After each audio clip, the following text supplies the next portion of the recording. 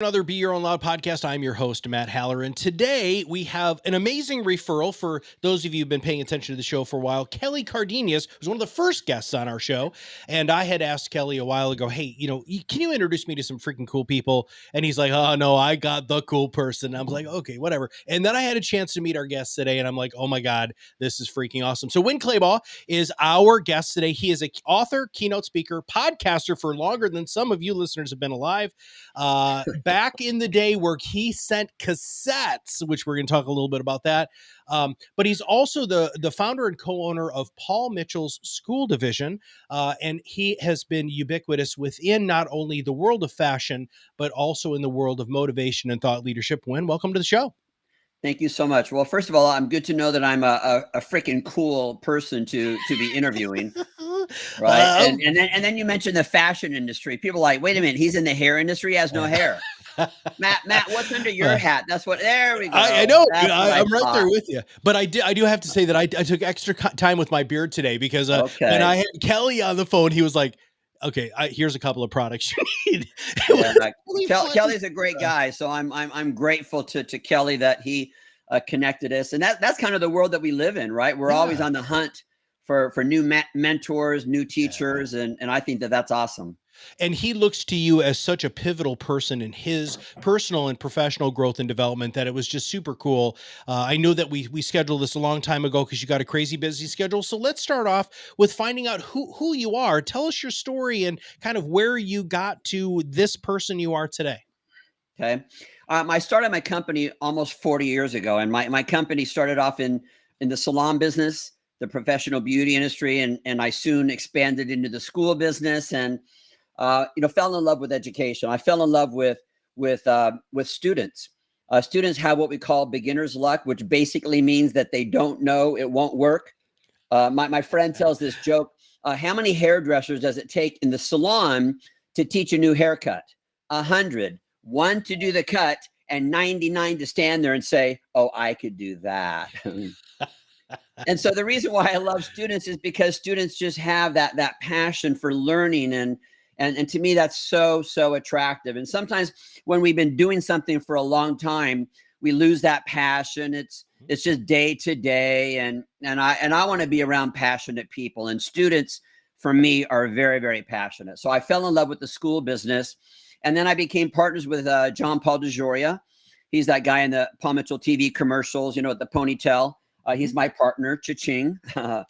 He sold Patron tequila for what, I don't know, a couple $1 billion several years ago. And then I started my podcast company about 22 years ago. Not out of inspiration. It was desperation that motivated me to get into interviewing people, hunting down heroes and mentors and teachers to ask them their story. And so I love what I do. I'm very, very passionate. I'm 62 years old. I'm a dad. So there's lots of parts of my story that I can be sharing with you. Well, now let's go into passion. I love that word. And I think that that's something that as we continue to grow both personally and professionally, that's something that is easily lost. How have you maintained passion for everything that you do, and not just maintain it for yourself, but also help people be able to embrace and find theirs? Such a great question. First of all, I believe that passion is attractive. And people rely so much on their resume. And I used to be that type of a boss, right? Like I just give me that resume. I want to see what education you have, what job experience you have. And I skipped over the human factor. And the human factor is someone who has that drive, that passion, that energy. And on occasion, I'll meet people and they're like, yeah, when I'm passionate. And I'm like, well, tell your face, because I can't see it right now. To me, I would rather have somebody who just has that strong desire. You know what? I have nothing on my resume. I have no experience. I have no degrees, no education, but I know I can do it. Just give me a chance. I would rather hire that person rather than the person who relies on that resume. So, and I think the question was, how do I maintain that passion? Yeah. It's not by accident. This energy does not come naturally to me. Even happiness does not come naturally to me. Having a good attitude, this is something that I have to work at every single day. And you better believe there's a routine to maintain that, which, by the way, my routine starts at 4 o'clock in the morning. And there's a reason for that.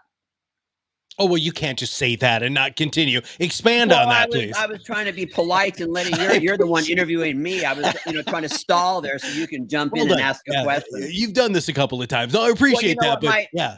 My daughter, I have a 9-year-old daughter, and she gets up at 6 o'clock. And so, that's my time at 6 a.m. is my time with her to get breakfast and get her excited for the day. Well, for me to be a really good dad, because I think that you learn that. That's a learned behavior to wake up every single day excited for the day.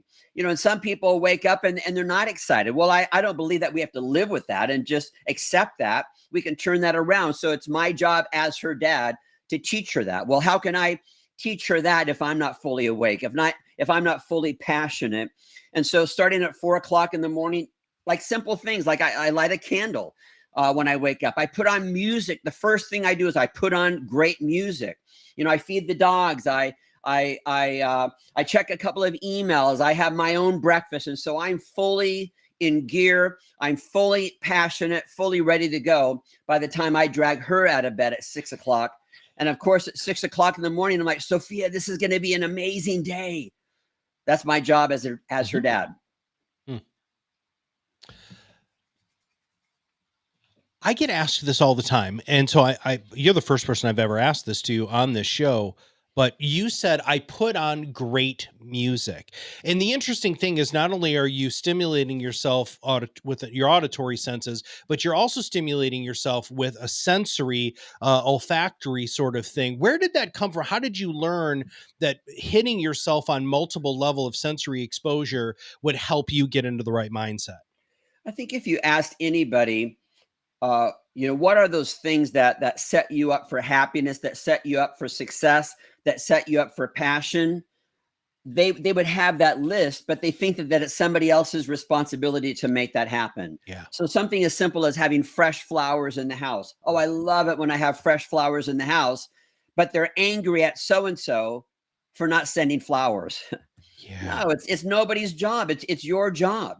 It's your job to do the things. Like if you asked anybody, like ask an audience, how many of you feel better about yourself when you're driving around in a clean car? Almost every single hand would go up. Yeah. And then you ask them, how many of you will drive a dirty car for weeks? And almost every hand will go up. Nobody's going to steal your car, wash it, and then bring it back. Meaning it's our responsibility to figure out what are those things that set us up for happiness and passion. And so again, for me, music is a big part of that. And I think that most people, if they thought about it, they would realize that as well. Because music, like one song can take you back 30 years and bring back a beautiful, happy, incredible memory. So there's a song, there's a style, there's a genre of music. And so for something as simple as that, for us to know what those things are, I'm really dedicated and committed to those things.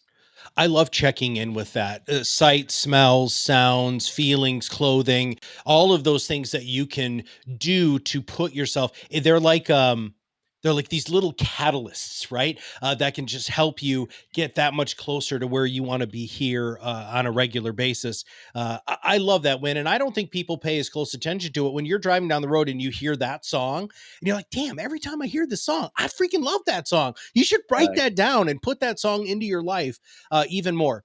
Now, I'm going to switch gears here a little bit because you also said, since you've been podcasting for 22 years, that you have always wanted to be able to interview mentors. Now, I'm sure it doesn't surprise you, but that's also not a normal state of mind. You, as a fan of education and a believer in education, part of being a great interviewer is that natural curiosity. Were you born with that? And how do you take that into the podcast world? I was not necessarily born with that, because as I briefly just said, that for me to have a good attitude and to be happy does not come naturally to me. Sure. It's something that I have to work at every single day. I used to be the type of person that believed that some people were meant to be happy, but not me. And there's nothing I can do about it. I really believed that until I was well into my 20s. And so I started connecting with wonderful heroes and mentors and teachers. I believe that the best leaders, the best mentors are storytellers. And I was always engaged with people who were storytellers. My mom told me that when I was a little kid, the way she got me to eat my breakfast was to tell me that that's what Walt Disney ate for breakfast. And Ah, so all at a very young age, I was connected with people, heroes such as Walt Disney. Now, there are a lot of famous people out there that I really could care less what they have to say. yeah, There are a lot of famous people who they use their celebrity status and not in a good way. You know, people like a Jerry Springer type person. sure. I don't really care what he has to say. I don't really care what the Real Housewives have to say. My heroes and my mentors are people who are famous, but they do good things with their celebrity. And Walt Disney would be a person like that. And I could name many, many, many people. And so my original desire and drive to podcast, to interview these people, which you're right, it was then to send out cassette tapes to Mm, subscribers that I had all over the world. My original drive and motivation to do that was not for inspiration. It was because I was desperate. sure. I was so desperate and miserable that I had to find some answers. And when I started hunting down my mentors and my heroes to ask them questions, one day I decided to add a microphone to the equation so that Yeah, everybody could hear what their answers are. yeah. The power of this is I believe, and I'm hugely biased, as I know you are, that the interview format is absolutely an unbelievable way to, have people like, peel the onion, as a kind of an old saying there, for you to get, deeper and deeper and find out who that person is. Who have you learned from an interviewing perspective? I know we talked a little bit about this before we went live today, but I'd love for you to share some stories on how you learned how to be a good interviewer and how you have continued to exercise that curiosity that you need to be good at it. Well, I love that word, curiosity.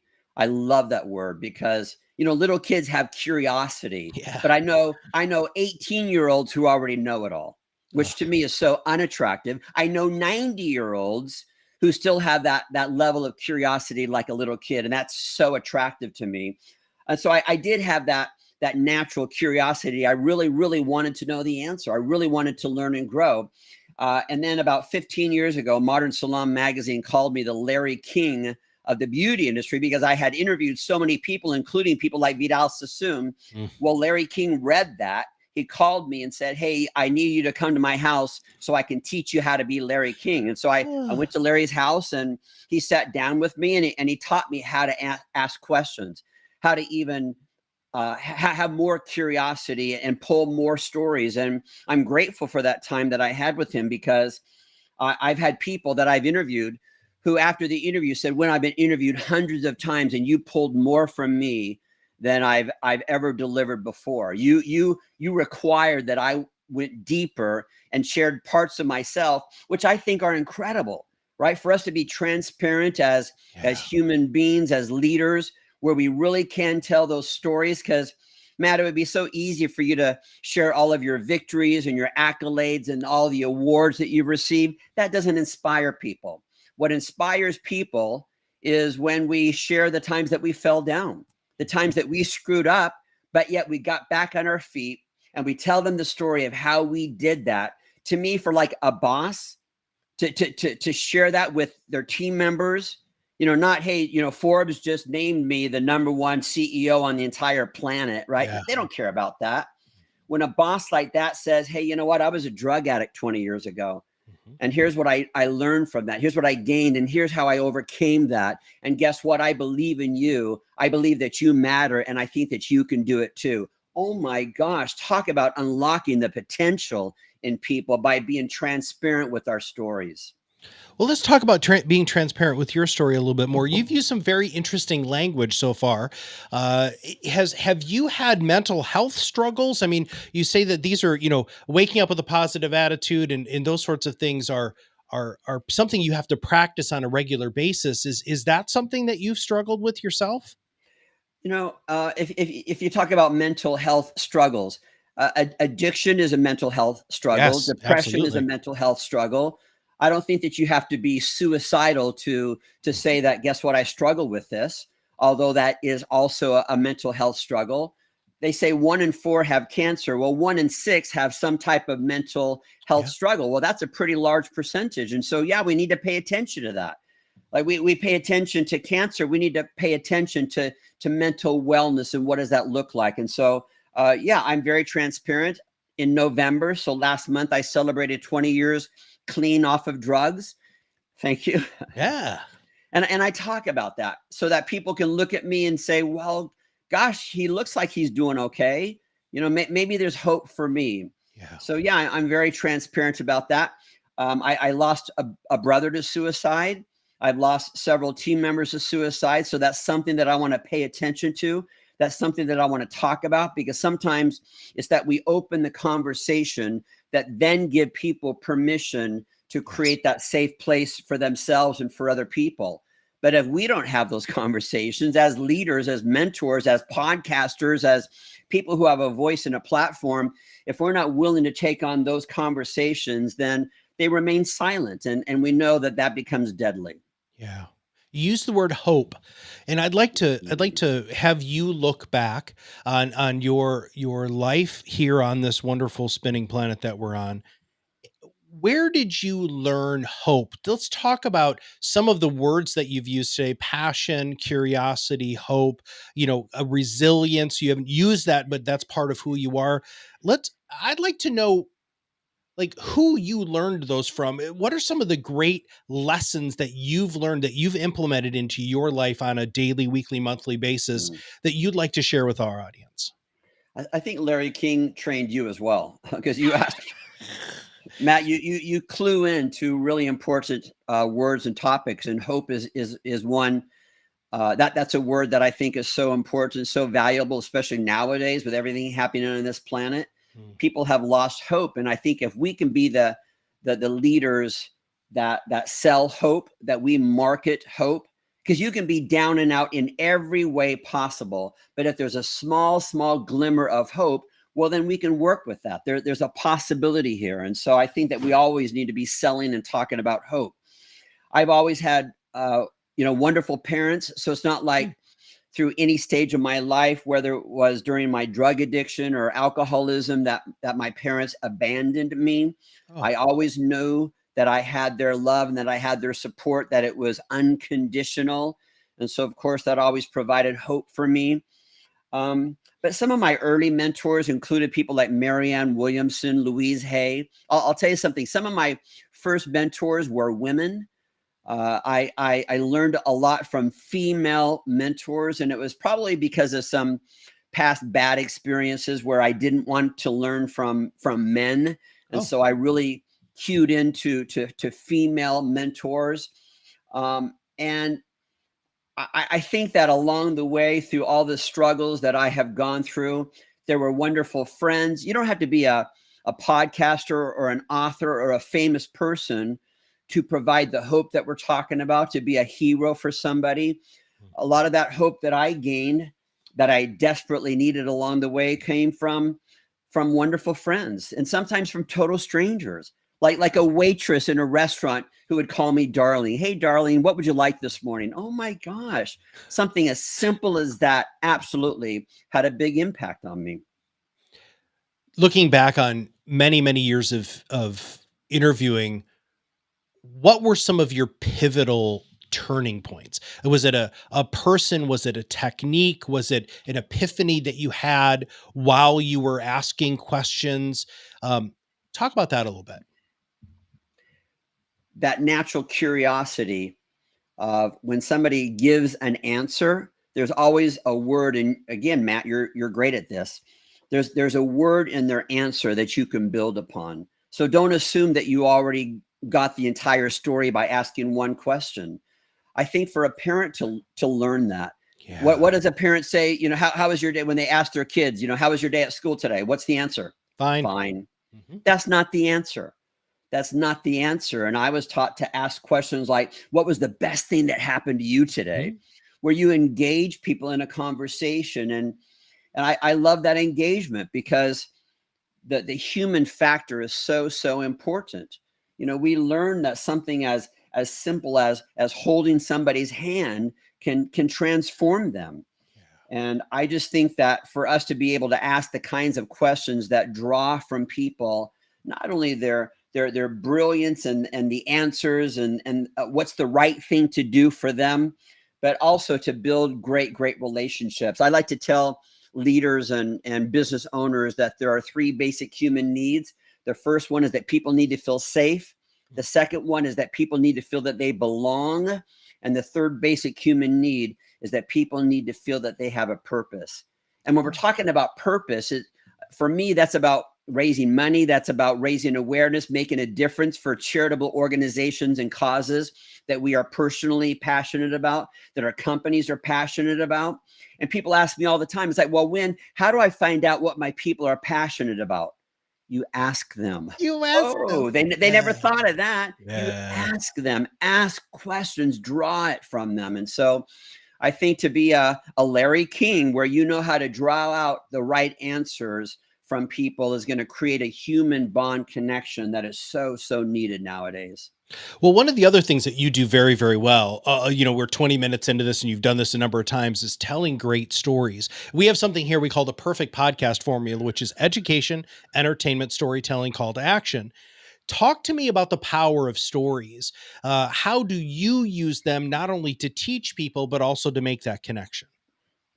Anybody can quote doctrine or scripture from a book, right? And we've all heard those speakers on stage, and all they're doing is, point one, step two, this is what Yeah. you have to do. And get it, and it could have been anybody else on that stage Mhm. repeating the same, I don't even know what to call it, right? Those isms, right? Yeah. And they learned it, they gained it from somebody else, right?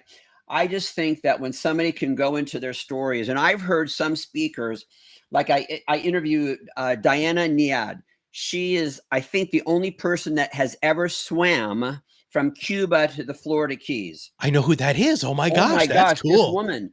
So guess what? The first time that she tried it, she was in her 20s. She failed several times. She finally accomplished it at the age of 64. So she stood in front of my audience for an hour. All she did was tell her story. That's all Oh, she did. She never told a part of her story and then said, okay, number one, if you want to be a great leader, you have to do A, B, C. She never did that. All she did was tell her story. And my audience, which was filled with my owners and my directors of my company, they were sitting there taking notes the entire time. They drew from her storytelling incredible business leadership messages. And so just everybody has a story to tell, especially nowadays.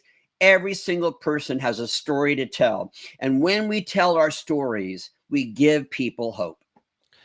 I just think that since everybody does have a story, and I've shared this on this show before, but I'll be in a line at a grocery store, and the person who is checking us out look like they're not having the greatest day, and so I'll ask them how they're doing. And sometimes when they walk through that door, and sounds very selfish, but I learned something from them, and it also gives them the chance to share something. People love telling their stories, and it doesn't matter where you are. If you give people that safe space, you said that earlier, that safe space to tell their story, connections truly change.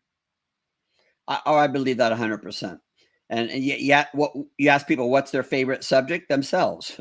Oh, People yeah. love to tell their stories. Yeah. All right.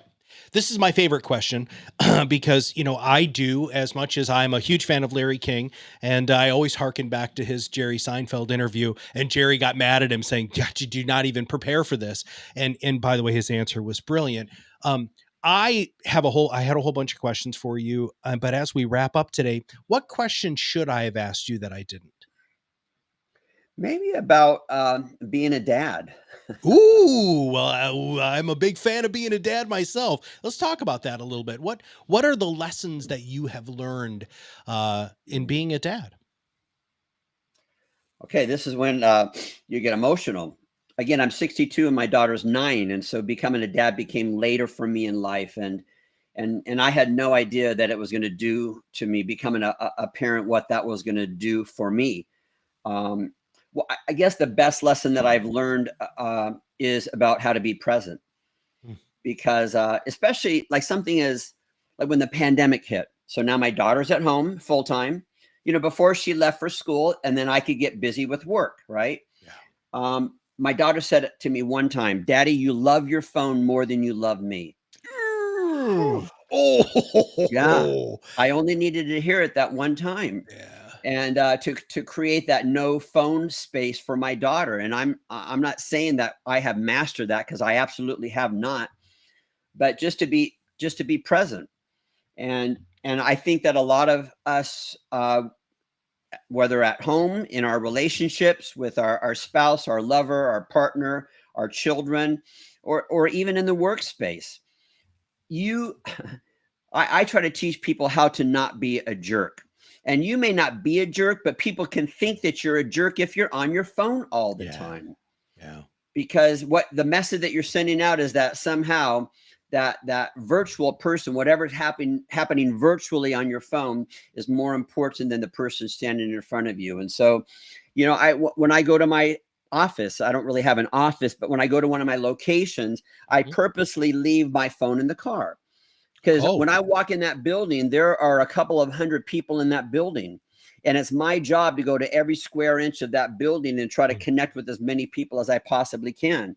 And if I have my phone with me, I know that that's temptation to sure. not be present. And who did I learn that from? My daughter. Just the value of being present. One more thing, I know that you want to wrap this up. So my daughter, she's the shortest one in fourth grade. Okay. But she tried out for basketball. Okay. She's never played basketball one day in her life. We don't Yeah. own a basketball. We don't own a basketball hoop. Daddy, I'm trying out for basketball. Okay. Well, she didn't make it, and there were some tears, but I feel like that's a good life lesson right there as well. Right. Mhm. Well, then she tried out for Battle of the Books, where you have to read a whole book every week for 25 weeks. Well, that's huge, right? And so she was falling behind, Sophia, you made a commitment here, right? Okay, Daddy, I still want to do it. Okay, then she wanted to try out for something else. Anyway, she finally said to me, she said, Daddy, I just want to belong to something. Oh. Oh my God. Oh. What a life lesson. What Oh. a life lesson. People want to feel like they belong. People are looking for their tribe, especially Yeah. nowadays, and the people that we don't acknowledge, the people that we don't celebrate. And I just want to become better and better at that, to acknowledge people, to understand people's lifestyles, to understand people's struggles, to understand their heritage, where they come from, what they identify with. For us as human beings to start really paying attention to those things would just be huge, a huge, huge contribution to this planet. Humans are amazing. And the fact that you wake up every day and you're given this gift is one of those things that I think not only humbles you, but gives you appropriate perspective. And it doesn't matter who you are. It doesn't matter if you're Winn, who's, worldwide renowned in so many different things. The fact that he isn't one of those people who's walking around when he goes into his buildings because whoever's on the other end of that phone is more important than the person that's right there. We have to remember that connection. And especially with the isolation that many of us have felt over the last 18 to 24 months. And we really look at that human connection that is so needed because we are very tribal. You should try to do whatever you can to make that connection. All right. Any closing statements that you'd like to make, Winn, before we get off? And I ask you how people should connect with you? Yeah, this is the time where, as you're recording this, we're in the middle of the holidays, and I can't think of a better time for us. We have the spirit to really take this with us, take it to heart, and do all we can to connect with people, especially those who perhaps are being abandoned, those who are not thought of right now, which could be the elderly. I love old people. I'm not sure why. Maybe I'm an old person now myself, and so maybe I'm trying to send out that message. But Uh, when I graduated from high school, my friends were doing backpack trips to Europe, and I took a month-long road trip with my grandma. That's what I chose to wow. do. So I've always loved. My favorite show is Golden Girls. Oh, I love I that got to show. meet and work with Betty White. That was like the best day of my Ooh. entire life, of when that relationship started. Ah, But when you consider, especially how um, senior centers were shut down and are still shut mhm. down during the pandemic because they're the most vulnerable, you can imagine how abandoned they might feel at this time. And so anything that we can do to find those people who are marginalized, find those people who right now during this time of the year are feeling a bit more left out than others. And this is the time for us. Gather your kids together, make it a family outing, make it even a company outing. We do this in my company. I have over 100 locations, and all 100 locations are going out into their communities, to senior centers, Oh, to if they can, to sing Christmas carols, to do their hair, and sometimes it's as simple as just painting their nails. But like what you're talking about, Matt, they're having conversations, they're asking questions of curiosity, and of course they have the best stories to tell. So yeah. What is the best way for people to reach out to you? And if people want to learn more about who you are, what you do, and what makes you unique and different, where should they go? I love for people to check out my podcast. They're all free. And again, I've been doing this for 22 years, every single month. So I have hundreds and hundreds that people can listen to. And I've interviewed everybody from the president of Southwest Airlines to Dr. Daniel Amen, who just blows me away, to a Catholic nun who became a hairdresser so that she could do hair for the homeless. Oh, Oh, get this. She opened up a salon, a tiny salon in the bathroom of a shower facility for the homeless in downtown Cincinnati. And in 7 years, she did 10,000 homeless people. And in that whoa. interview with me, she said, Winn, I'm the only Catholic nun that can say I've been in the bathroom with 10,000 men and they all came out smiling. Ah, So for people ah. to go to my master's podcast and to listen to those interviews, there's some pretty powerful, incredible messages from hundreds of amazing people. Well, Win, I want to personally thank you for everything that you've done to contribute to the Logos, the greater good of the world and the greater knowledge base. I want to thank you for taking some time with us today, albeit short. We truly appreciate it when we can get anybody who has the life experience and the life perspective that you have, because our goal is to help empower people to rise above the noise so that they can be their own loud, so they can get their voice out in the marketplace and combat a lot of the misinformation that all of us are consuming on a regular basis. So, Win, thanks for being on the Well, I, show. I love I love your messages, and again, you're doing such a great job in spreading this message, and especially that just how to rise above the noise. There's so much noise out there, and oftentimes that noise, the loudest noise, are from naysayers. Yeah. It's from people that we should not be listening to. So thanks, Matt, for spreading that wonderful message. If you have not subscribed to the show, make sure that you do. Follow us, of course, on all of the social media handles. They are everywhere. And if you too want to know about how you can rise above the noise to be your own loud, just go ahead and find Proudmouth on social, or you can connect with me also. So for Win and all of us here at Proudmouth, we'll see you on the other side of the mic very soon.